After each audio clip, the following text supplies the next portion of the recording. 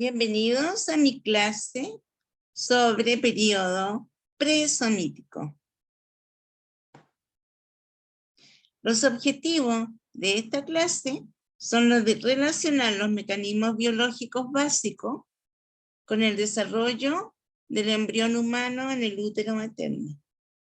Reconocer que desde las primeras etapas de la gestación existe un continuo diálogo embrio-materno y describir las características del embrión humano durante la primera y la segunda semana del desarrollo. Esta tabla de desarrollo prenatal humano solo tiene fines didácticos, permitir que todos nosotros recordemos con mayor facilidad cuáles son los procesos que ocurren durante cada etapa del desarrollo. No es una tabla real porque el desarrollo no está fraccionado, no está dividido, es un continuo. Pero como dije antes, es solo para facilitarnos el estudio. Y según esto, vamos a dividir el desarrollo prenatal en un periodo embrionario que va entre la primera y la octava semana, post-fecundación, y un periodo fetal que va entre la semana 9ª al nacimiento. El periodo presomítico, somítico y prefetal son parte del periodo embrionario.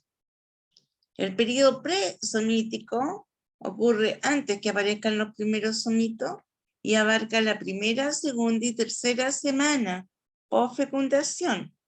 Y en ella ocurre la segmentación, la implantación, la gastrulación y la neurulación. Luego viene el periodo somítico que abarca la cuarta y quinta semana.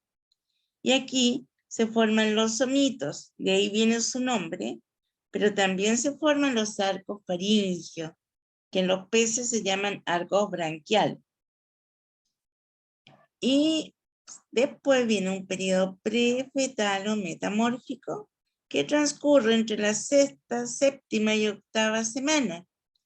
Y en este periodo se llama de la organogénesis, porque es cuando se forman los esbozos de todos los tejidos y de todos los órganos.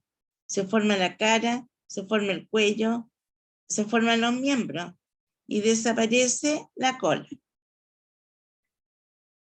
En este primer periodo, como vemos acá, ocurre la fecundación. La embriología, en realidad, parte desde el momento de la primera segmentación. La segmentación, en la segmentación ocurren una serie de divisiones celulares que experimenta este huevo que ya ha sido fecundado. Y este huevo ya fecundado siempre está rodeado por la zona pelúcida. La zona pelúcida lo va a acompañar todo su trayecto hasta que llegue a la cavidad uterina. Y la zona pelúcida venía desde antes, desde el ovario, desde el folículo ovárico. Bien. Estas dos células, llamadas blastómeras, son totipotentes. Cada célula es capaz de generar a un individuo completo si es que se las separa. Ahora, en este periodo pudiese ocurrir un embarazo tubario. No ocurre porque entre muchas otras cosas existe una zona pelúcida que es como un factor mecánico que impide la implantación de este embrión en las tubas uterinas. Bueno, sigue segmentándose hasta que llegamos a una etapa de 8 células donde empezamos a llamarla como mórula. Y después, a medida que va avanzando a través de las tubas uterinas, se va a ir transformando en un blastocisto. Por fuera vemos zona pelúcida, luego trofoblasto y por último embrioblasto. Así que en esta fase de las primeras 80 horas, el embrión que ha sido ya fecundado, aquí vemos los dos pronúcleos masculino y femenino, tiene que ir avanzando hacia la cavidad uterina. En eso se demora 80 horas. En el tránsito a través de las tubas uterinas hasta alcanzar el lumen uterino. Bueno, aquí hay una pregunta. Reconozca las estructuras indicadas con los números 1, 2, 3 y 4. En el número 1 es un ovocito. Tenemos la zona pelúcida por fuera, los pronúcleos masculinos, pronúcleos femeninos, que están separados uno del otro, pero completos. Por lo tanto, aquí no se ha iniciado nueva vida. No hay un embrión, porque los pronúcleos están completos y totalmente separados. Es así como se congelan para fecundación asistida. Tenemos acá un embrión que se llama etapa 2, porque tiene 2 blastómeras, y rodeada por zona pelúcida. El número 3 es el espacio perivitelino. Vemos acá que hay una blastómera mucho más grande, pero mucho más grande que la otra. Por lo tanto, este embrión no se considera o no se consideraba antes para hacer una fecundación asistida porque es un embrión anómalo. Y acá tenemos un embrión en etapa 3. Vemos 1, 2 y 3 células rodeadas por la zona pelúcida. Este embrión y cada una de sus células es totipotente. Aquí están los nombres: zona pelúcida, pronúcleos, estos dos, espacio perivitelino y cada célula es una blastómera. Bueno, eso al principio hay solo proliferaciones celulares, o sea, la segmentación es una serie de proliferaciones celulares sin que exista un aumento del tamaño de la célula. Aquí ya tenemos la primera diferenciación celular de toda la vida. Entonces, acá, ¿qué pasa? Que entre las células de la mórula que estaban por fuera, las externas, se diferencian unos medios de unión. Por lo tanto, se forman dos poblaciones celulares distintas. Las de color amarillo, que están por fuera, que van a originar el trofoblasto. Y las de color rosado, que están por dentro, que van a formar al embrioblasto. Al embrioblasto que está aquí, estas 3 células.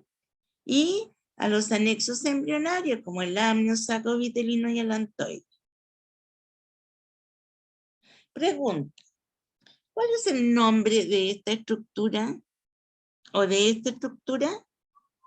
Se llama blastocisto. ¿Qué se forma a partir de las células destacadas en el número 1? Se forma el embrión y los anexos amnio, saco vitelino y alantoide. ¿Qué se forma a partir de las células marcadas con el número 2? Se forma el trofoblasto primero y después una parte del saco coriónico. Vamos a ver ahora la teoría dentro-fuera.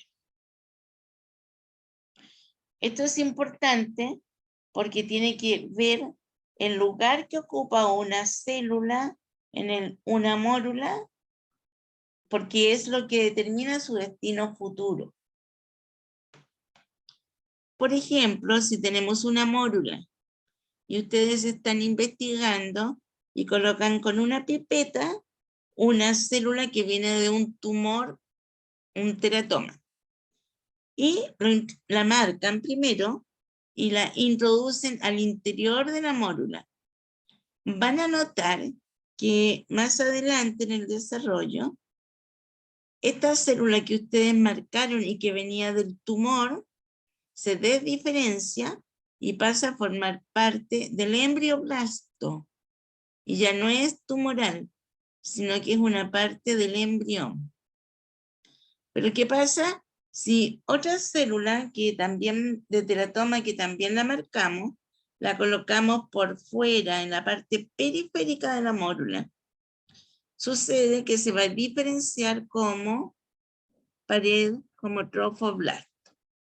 Entonces, depende del lugar donde esté puesta la célula para su futura determinación y diferenciación.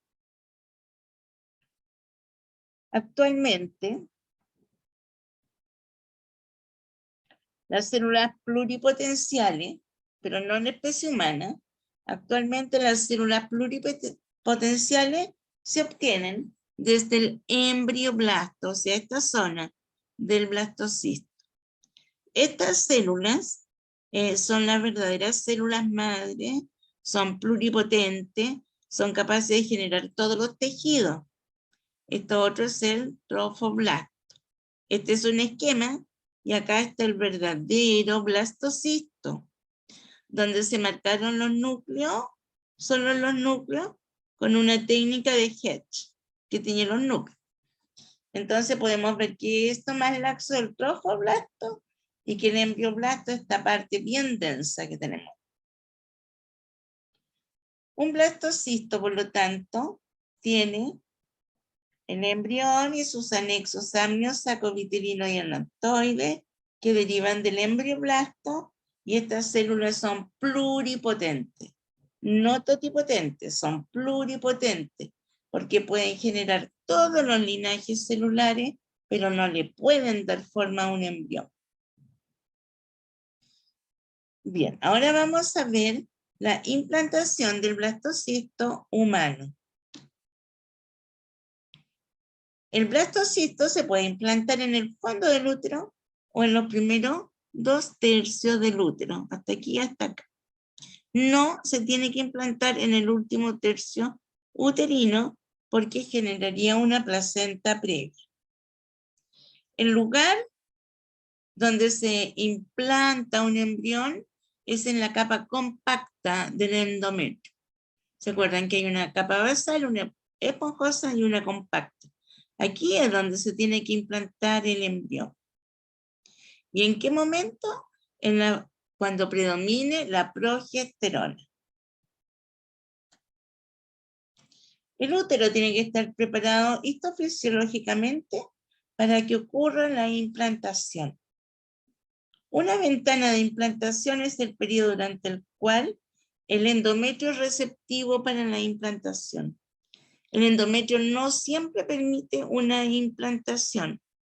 Es solo durante determinados días, desde el día 6 hasta el día 10 después de la fecundación, aproximadamente.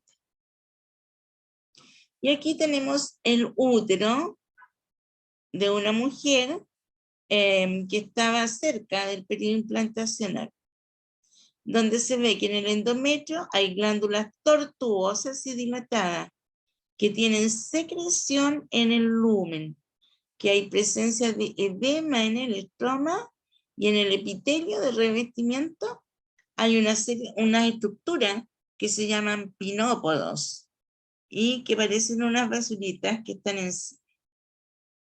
Son saculaciones de la membrana plasmática. El embrión, entonces, durante la fase implantacional,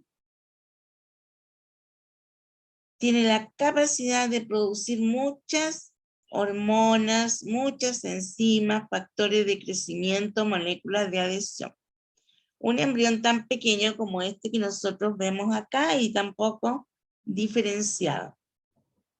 Produce estradiol, gonadotrofina coriónica humana, factores de crecimiento y expresa moléculas de adhesión. Ahora, en este momento es importante que el blastocisto se libere de la zona pelúcida. El blastocisto eclosiona a través de la zona pelúcida. Lo mismo que cuando nace un pollito, rompe la cáscara por un polo y sale por ahí. No es que se degrade toda la cáscara, sino que es solamente una zona, que es por donde sale o eclosiona el blastocisto.